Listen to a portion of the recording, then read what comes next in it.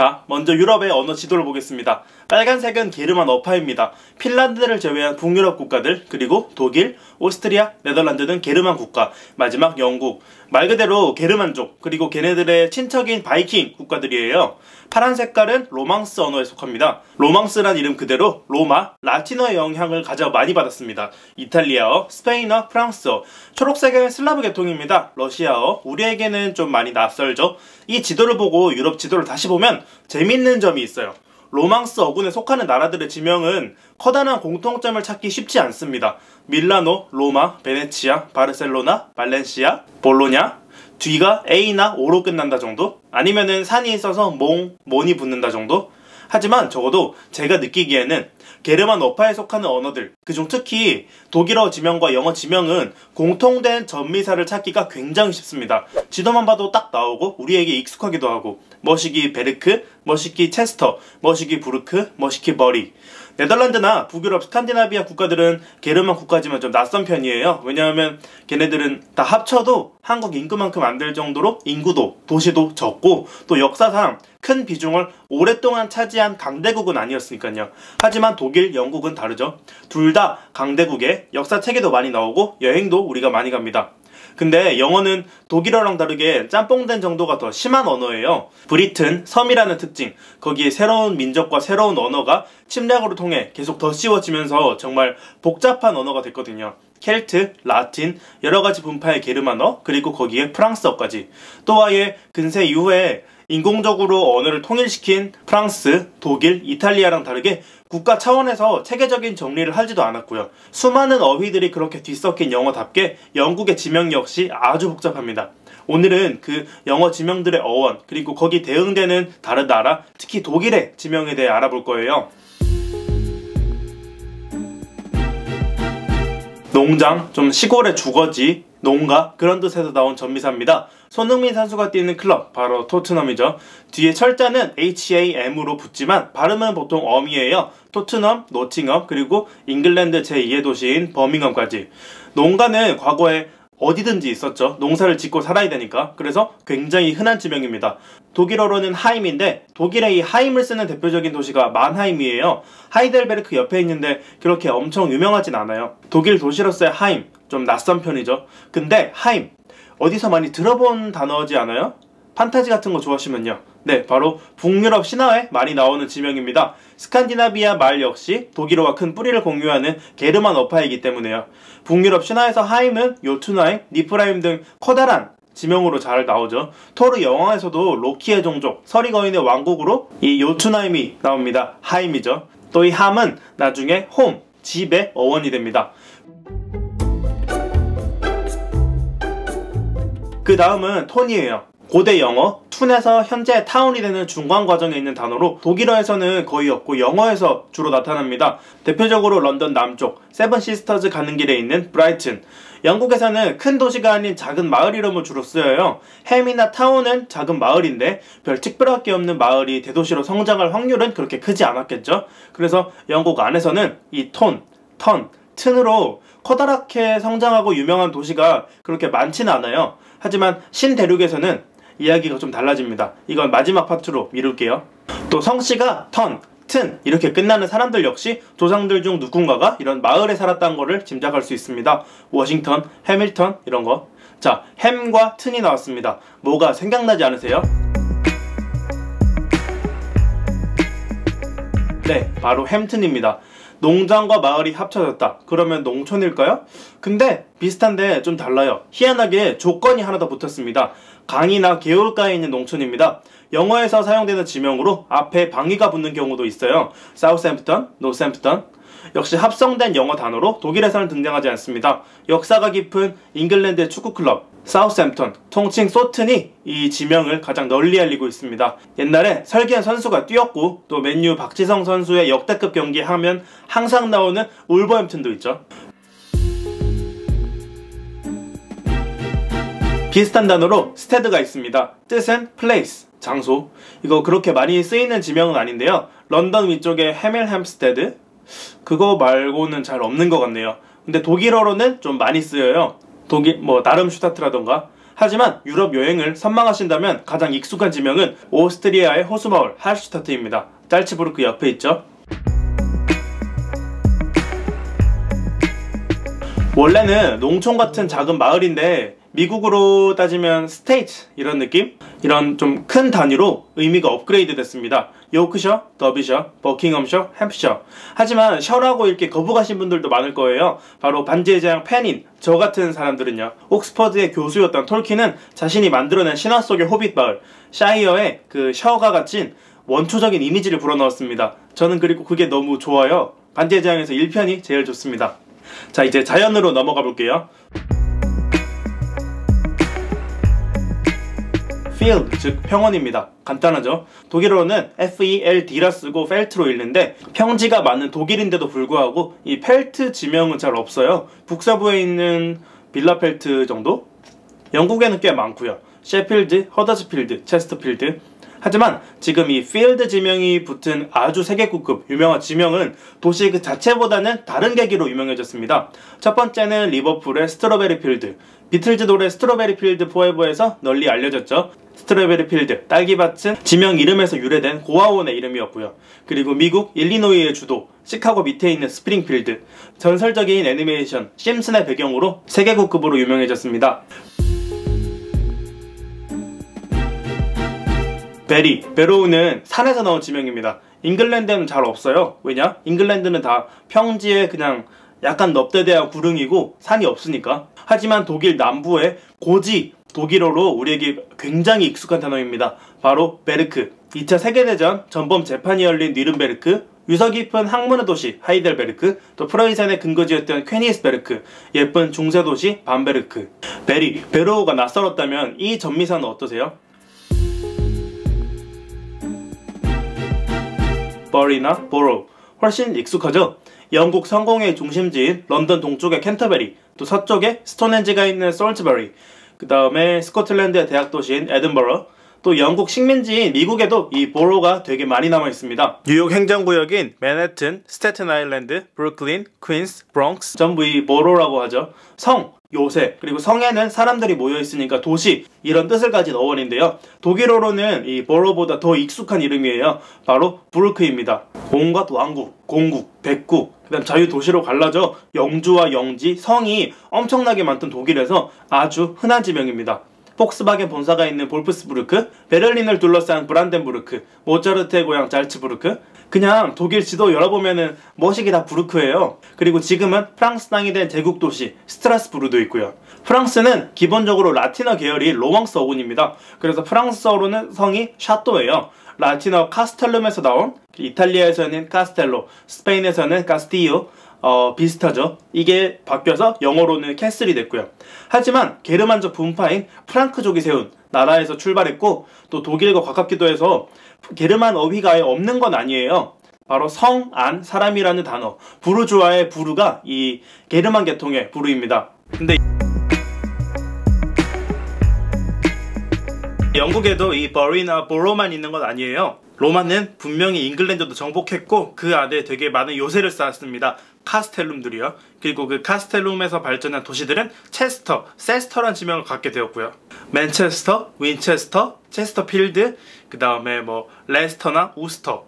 근데 재밌는 게 CH2로 시작하는 이 체스터들은 발음이 그대로 돼요. 하지만 CSTR로 변한 지명들은 CE가 묵음이 돼버렸어요. 그래서 레이세스터가 아니라 레스터고 우세스터가 아니라 우스터가 돼버렸습니다. 참 지랄맞은 지명이죠. 배치는 작은 천을 뜻합니다. 백, 배치, 부룩. 좀 다양하게 변형되는데 작은 여울에서도 역시 큰 도시가 나오긴 힘들겠죠? 그래서 메인 지명은 아니지만 우리는 이 글자를, 이 단어를 성으로 사용하는 아주 유명한 사람들을 알고 있어요. 닥터 스트레인지의 베네딕트 컴버배치, 그리고 독일 음악의 거장 요한 세바스티안 바흐. 물론 두 사람 모두 개울이랑은 별 상관없는 인생을 살고 있는데 그 조상 중 어떤 누군가가 그런 지명이 붙은 마을에서 살았다는 것을 우리는 알 수 있습니다. 포드는 얕은 물을 건널 만한 곳에 붙여진 이름이에요. 여울이죠. 브래드포드, 옥스포드, 스탠포드, 독일어로는 프루트입니다. 대표적인 도시는 마인강이 지나는 프랑크푸르트 되시겠습니다. 옥스퍼드 나왔으면 그 다음은 뭐죠? 네, 케임브리지. 브릿지는 지금 따로 말할 필요가 없겠죠? 현역인 단어니까 바로 다리입니다. 독일 지명으로는 브루크. 성이라는 브루크랑 헷갈릴 수 있는데 조금 달라요. 오스트리아 인스브루크가 되게 유명한 지명입니다. 오스트리아 알프스를 대표하는 도시죠. 또 포드 하니까 하나가 더 생각나요.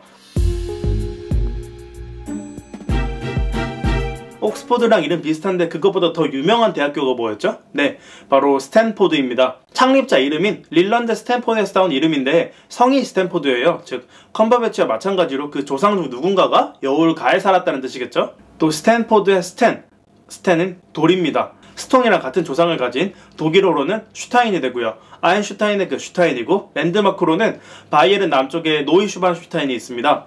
노이, 유, 슈반은 스완, 즉 백조, 슈타인은 돌, 이런 뜻으로 통하죠. 버런도 있어요. 배치보다는 좀 더 큰 거, 뭐 블랙번이나 본머스 같은 축구 클럽 이름으로 나름 알려진 곳이 있는데 이 번 지명 1타는 역시 호주의 멜번이겠죠.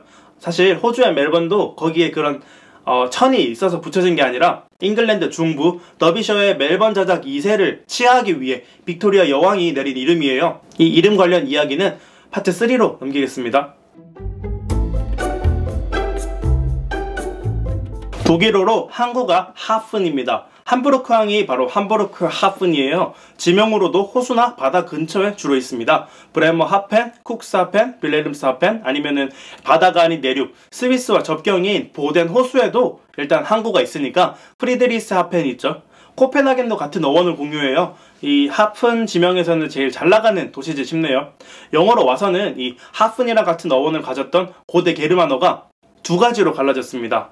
하프노라는 어원은 원래 좀 지키는, 피난처 이 정도 뜻이었는데 여기서 harbor라는 배가 피할 수 있는 자연적인 항만 이런 단어가 나왔고요. 나머지는 haven, 주로 안식처라는 의미를 표현하는 단어가 되었습니다. 하지만 이 물가에 배를 대는 배의 안식처인 그런 고대의 지명은 아직 몇 군데 남아있어요. 브라이튼 근처의 뉴헤이븐 정도? 근데 이 고대 영어의 haven은 커다란 항만이 발달하기 전 시대의 단어로 그런지 지금 큰 항구로 성장한 곳은 잘 없습니다. 다른 항구, 포르트는 라틴어 포르투스에서 나온 단어입니다. 독일어에서는 하프니, 하버, 포르트 둘 다 커버하지만 영어 지명으로서는 이 하븐이나 헤이븐보다는 포르트가 압도적으로 많이 쓰입니다. 특히 영국보다는 신대륙에서요.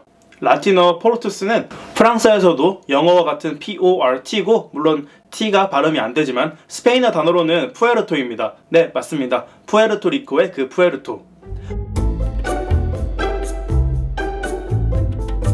바다와 강이 만나는 곳, 강 어귀를 한자로 하면 하구라 그러죠. 강의 입. 근데 그런 생각을 한 게 동양 쪽 사람들만 아닌가 봐요. 영국에서도 하구를 마우스라 부릅니다. 그냥 배를 대는 헤이븐은 크게 성장하지 못했지만 제대로 된 물류 중심지가 되는 강 하기의 머스들은 플리머스, 본머스, 포츠머스 같은 큰 도시가 되었습니다. 또 재밌게도 잉글랜드 북서부에서는 강가에 있는 도시에 MOUTH를 안 붙이고 풀이란 이름을 붙였어요. 리버풀, 블랙풀. 또 이런 다른 지방과 공유하는 어원을 가진 게 아닌 좀 특별한 도시들이 있죠. 예를 들어서 확실하게 로마의 영역이었던 런던이나 쾰른, 로마 도시 이름에서 유래했습니다. 론도니움의 런던, 식민지 콜로니아에서 나온 쾰른. 반면 동독 지역은 과거 게르만족이 아닌 슬라브족이 먹었던 땅이었어요. 그래서 드레스덴이나 라이프치히나 베를린 이런 곳들은 게르만어가 아닌 슬라브어를 어원으로 하고요. 여기까지가 영국과 구대륙의 대표적인 지명 전미사입니다. 신대륙이 열린 이후 유럽인들에게 한 가지 고민이 생겼습니다. 몇십 년, 몇백 년 만에 그전 몇천 년 동안 머물렀던 땅보다 훨씬 많은 땅을 차지하게 됐고 또 그 땅에다가 이름을 붙여야 되는데 그게 쉽지가 않아요. 넓은 땅에 이름을 빨리 붙이기 위해 유럽인들은 몇몇 패턴을 만들어냈습니다. 일단 기본적으로는 본토에 영국식 지명을 갖다 썼습니다. 코네티컷 지도를 한번 볼게요. 뉴헤이븐, 노리치, 플레인필드, 사우스버리, 윈체스터. 웬만한 영국 지명은 다 미국에 있어요. 맨체스터, 리버풀 이런 유명 도시도 빠지지 않고요. 원본보다 유명해진 곳도 있습니다. 대표적으로 보스턴이죠. 또 U를 붙이기도 했습니다. 덴마크에 있는 섬 셀란 섬과 비슷하게 생겨서 뉴가 붙은 뉴질랜드, 뉴 암스테르담에서 요크 공작에게 고난이 넘어가 이름이 바뀐 뉴욕, 그리고 영국 웨일스에서 가져간 호주의 뉴 사우스 웨일스. 이런 거 보면 되게 이름 짓기 귀찮았나 느껴질 때가 있어요. 이 신대륙의 영어 지명을 보면 영국이나 독일, 구대륙과 다른 또 몇 가지 특징이 있는데, 첫 번째는 사람 이름이 굉장히 많이 나타납니다. 도시 이름, 지역 이름 가리지 않고요. 구대륙에서도 그런 지명이 없다는 건 아니에요. 대표적으로 지금은 이스탄불인 콘스탄티노플, 그 다음에 바이에른에 있는 아우크스부르크, 영국에도 뭐 베리, 세인트 에드문드라던가 없는 건 아니죠. 하지만 신대륙은 차원이 다르게 많습니다. 메리 여왕에서 나온 메릴랜드, 샬럿, 찰스턴, 잭슨빌, 워싱턴, 오스틴, 덴버, 뭐 오스트레일리아도 그렇고요. 빅토리아 여왕의 이름에서 딴 호주의 빅토리아주, 그리고 유명한 도시들인 시드니, 멜번, 브리즈번, 웰링턴, 오클랜드, 전부 귀족의 이름이나 자규에서 따온 지명입니다. 이거는 저는 구대륙과 신대륙의 상황이 너무 달라서 그렇다고 생각해요. 유럽의 계보는 길어요. 국가가 탄생하기 전부터 생겨난 지명들이 이미 있었어요. 그리고 초기 국가들의 시절에는 나라의 체계가 고도적으로 정비되지 않아서 사람이 먼저 살고 그 다음에 지명이 붙여진 케이스가 많아요. 자연스럽게 누가 먼저 살았는지, 누가 여기를 개척했는지 명확하지 않습니다. 많이 발달되었던 고대 로마의 몇몇 도시 같은 케이스를 빼면요. 하지만 대항해 시대는 이미 중세가 끝난 다음, 나라가 충분히 발전한 다음 전개되었습니다. 고가 국가로의 이행 후에는 누가 여기를 개척했는지, 누가 명령을 내렸는지, 아니면 첫 지배자가 누군지 명확하게 기록이 남죠. 또 자기 이름이 그렇게 지명에 남는 거는 정말 큰 명예고요. 자연스럽게 사람 이름을 딴 지명이 많이 생길 수밖에 없었습니다. 식민지들에는 중요한 귀족이나 왕의 이름들이, 그리고 민간 개척이 컸던 미국 중부 이후로는 시민들의 이름이. 두 번째, 중간에 영어로 합류한 새로운 어휘가 등장하기도 합니다. 프랑스에서 들어온 어휘들이요. 대표적으로 시티, 그리고 빌리지에서 나온 땡땡빌, 그리고 항구인 포트.